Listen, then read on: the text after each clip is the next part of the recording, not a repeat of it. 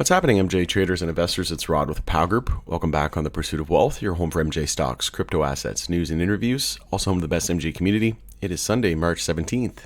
Happy St. Patrick's Day. We're going to be diving into Tilray and SNDL, getting a lot of people commenting on the videos, asking for an urgent update after what transpired over the tail end of last week. We know on Friday, Kamala Harris came out, basically told the DEA to reschedule MJ as quickly as possible. And we did have a nice pop there to end the week. So we'll do some technical analysis. It is a very similar chart setup.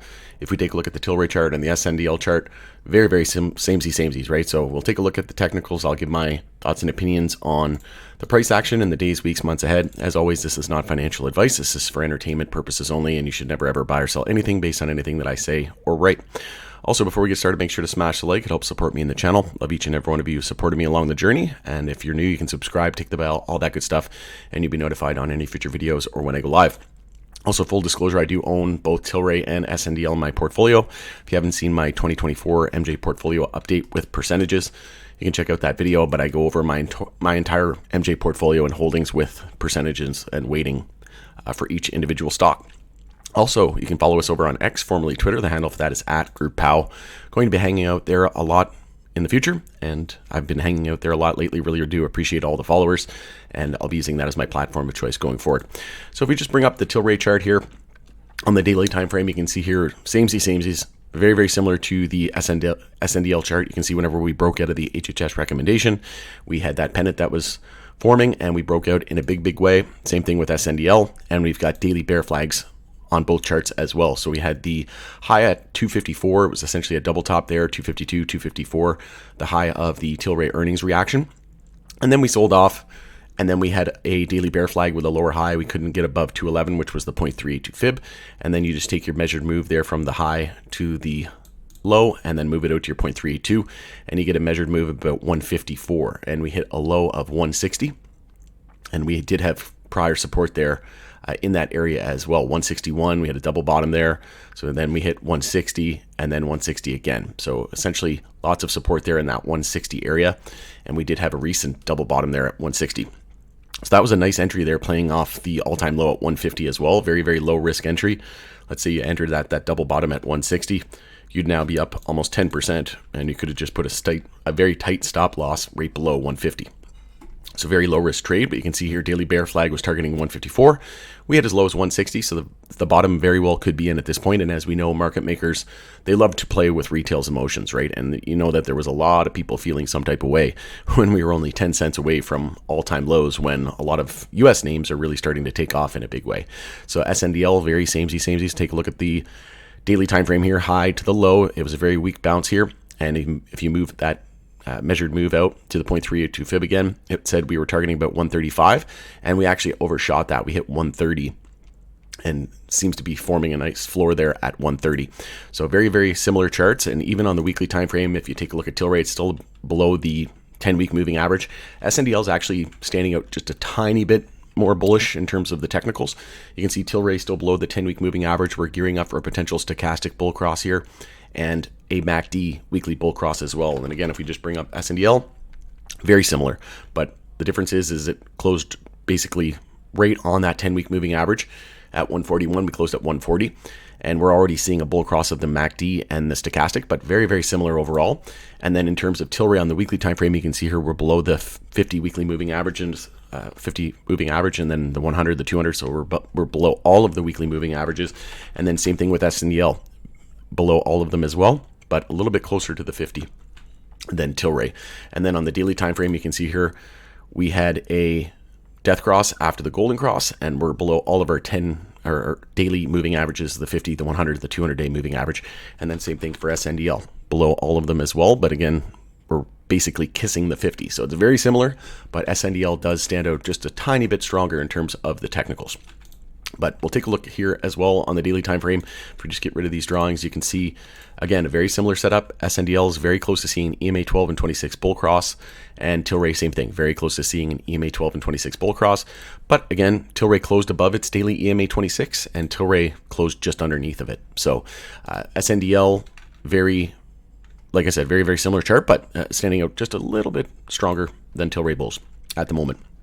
But one thing I want to do here is zoom out to the weekly time frame, and you can see here that we had our weekly EMA 12 and 26 bull cross. Same thing with SNDL. If we zoom out to the weekly, it had its weekly EMA 12 and 26 bull cross, and then we sold off. And then this is usually that phase in the market where, everybody thinks it's a sucker's rally. There's no way. It's that despair, kind of disbelief phase where no one thinks we're ever going to return to any kind of normal levels, right? We're super undervalued. Everybody thinks the plant's just going to cease to exist, right?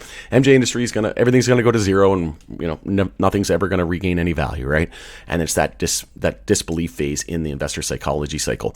So the fact that we got that final flush out here, and it's not a coincidence that, Kamala Harris and the executive branch in the United States are starting to push reform now, right? It's because on the monthly time frame, we're right at support, and very crucial monthly support. If you go over here to the community page on YouTube, you can see about a month ago, I posted a list of all the current MJ monthly uptrends. So Cureleaf, AYR, GTBIF, Green Thumb, Trueleaf, MSOS, IIPR, Verano, TerraSense, C21, Grow and Rogue, Nova MJ. All of those were in monthly uptrends. And you can see on Tilray here on the monthly time frame, we're actually testing monthly lows. So right now we're in an equilibrium pattern. So we have our low, high, higher low, lower high, higher low, and we're tightening up. We had key support there at 161. We hit 160, so essentially a double bottom there on monthly support. And then it's all about the low there at 150. So we're just looking for a monthly higher low compared to 150. We're trying to establish it now. And like I said, it's not a coincidence that all of this news is coming out around the same time. We could get rescheduling, safer banking, Ohio coming online. We have Florida. We have Pennsylvania. We have the MJ Act up for review here in Canada with an expected spring release. And there's talks that the April 16th federal budget could potentially shift from a flat fee to a percentage fee for excise taxes. And that I've already done a video on that. You can just go over to the video section here and scroll down. There's an interview here where he talks about it. Essentially, that would add $70 to $80 million to the bottom line for Tilray. And if they make $300 million in Canada, they have to pay about $150 million in excise tax, right? Even Organogram said about almost a third of the revenue went to excise taxes, right? So there's that alone will skyrocket this chart and this price on Tilray. And it's not a coincidence, again, that you're seeing rescheduling and the removal of 280E and a switch from flat fee to a percentage fee for excise tax here in Canada, right? So tax is the biggest focus right now for the MJ industry, both sides of the border. And like I said, it's not a coincidence that we're seeing more than likely going to see a tax break and a more favorable excise tax outcome with a percentage-based fee. Like I said, around the same time that we get rescheduling to Schedule 3, like I said, I think that's the most likely scenario. And timeline, I think the most likely timeline is between now and the end of April. And again, Kamala Harris coming out and saying that last Friday just goes to show that, as soon as possible, it's more than likely going to be over the next few weeks. And there's talks about safer banking gaining traction. Tilray, there was talks about its first export in Portugal, I believe it was. And we know that they're going to be a huge beneficiary, Tilray Medical, of the German market for Pillar 1. And then Pillar 2 is going to be in 2025, most likely. And that's going to be very huge for these LPs, right? As we know, they have a huge international head start compared to their peers in the US. But we're just looking for that monthly higher low, and then same thing with SNDL. Very identical, similar setup, really. You can see your low, high, higher low, and testing that previous monthly support there at 131, and we hit 130. So we lost it by 1 penny, the exact same as Tilray. And now we're looking to hold that key support. And like I said, it's that disbelief phase, and where they really like to play with investor emotions, retail emotions. And then it comes down, everybody thinks we're going to a lower low and everything's going to zero, right? Bankruptcy everywhere. And then we come up and then we see a massive move. We get a news catalyst, right? Kamala Harris trying to protect the lows. And then more than likely, we're going to see over the next couple of months where we see the actual approval of Schedule 3 from DEA, and they're going to sign off on that HHS recommendation, in my opinion. But as you can see, we're unable to get above the monthly EMA 12 there as well. And then same thing with Tilray, unable to get above. We got above it just barely, pulled back, got above it just barely, pulled back. And then here we are trying to get above it again as we look to confirm monthly uptrends. So like I said, usually when you see, this brutal bear market spanning, multiple years, and then we have major catalysts around the corner, usually you see that one final fake out and flush of retail, right? And everybody thinks, this is the end of MJ. It's never going to go anywhere. There's no way we're ever going to get our values or investments back.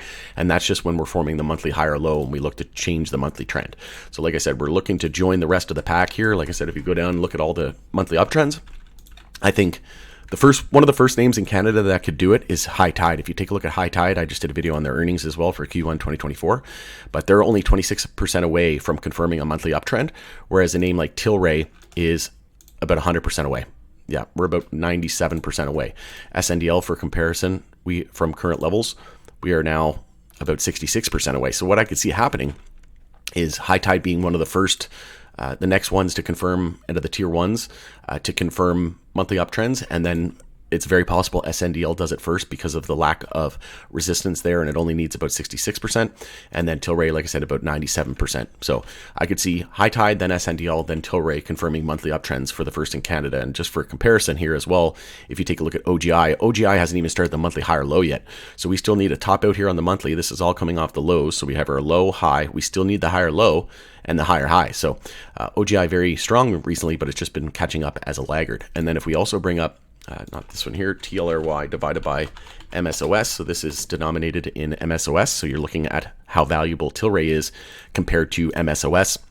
And you can see here we're finally starting to shift and see some momentum shifting where Tilray could outperform. So in the scenario that MJ goes down, the downside on Tilray would likely be less than that of MSOS. So if MSOS is down 5%, Tilray probably only down a couple percent. And then if MJ goes up, Tilray's up 10%, MSOS might only be up 5%, right? We should start to see Tilray outperform in that regard because we've never been at lower in terms of value here on Tilray divided by MSOS. And then on the daily time frame, you can see here we confirmed a daily uptrend with the low, high, higher low, and higher high. And we're holding that daily support here, and we're gearing up for an EMA 12 and 26 bull cross.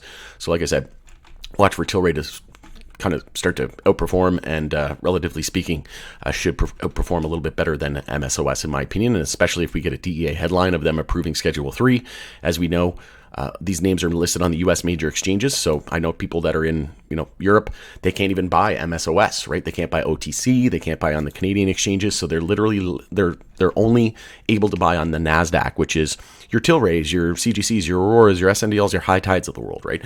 So they're going to get the brunt of that until we see uplisting to the NYSE and the NASDAQ for these U.S. names, but this is great to see. This is what we want to see near a bottom. And like I said, it's not a coincidence that this news came out at the exact same time that we're testing monthly supports, right? So it's the name of the game, right? If you can't beat them, join them. And it's a nasty game. It's a rigged game for sure. We all know that. It's 1,000% rigged, the stock market. And you just got to leave the emotions at the door and look at support and resistance. And as of right now, key supports are holding. And it's looking like, if you take a look at like Tilray and Aurora, they're actually dropping to lower lows on the monthly time frame, which I'll just bring that up for a quick comparison here. If you just take a look at CGC on the monthly time frame, we held key supports there on Tilray and SNDL. You can see CGC's dropping to monthly lower lows for the last 2 months in a row, and then same thing with ACB there on the NASDAQ as well, dropping to lower lows. So very weak comparatively, but again, those could act as laggards, but I'm focusing, my biggest holding is Tilray and then Curaleaf, and I'm very, very bullish on SNDL as well. But let me know your thoughts and opinions on this in the comments section below. Did you buy the dip? Like I said, probably not that much downside here, and we're more than likely going to see MJ as one of the top performing sectors for the next few years.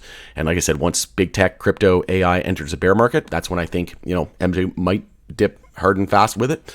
If there's a big drop in one day, say on the S&P 500 and the rest of the broader market, but then it should recover quickly. And like I said, with all the catalysts looming, I think it could be the best performing sector over the next few years. All right, enjoy the rest of your weekend. And once again, happy St. Patrick's Day. It's Rod with Power Group. Thanks again for joining us in the Pursuit of Wealth, and we'll see you again in the next video.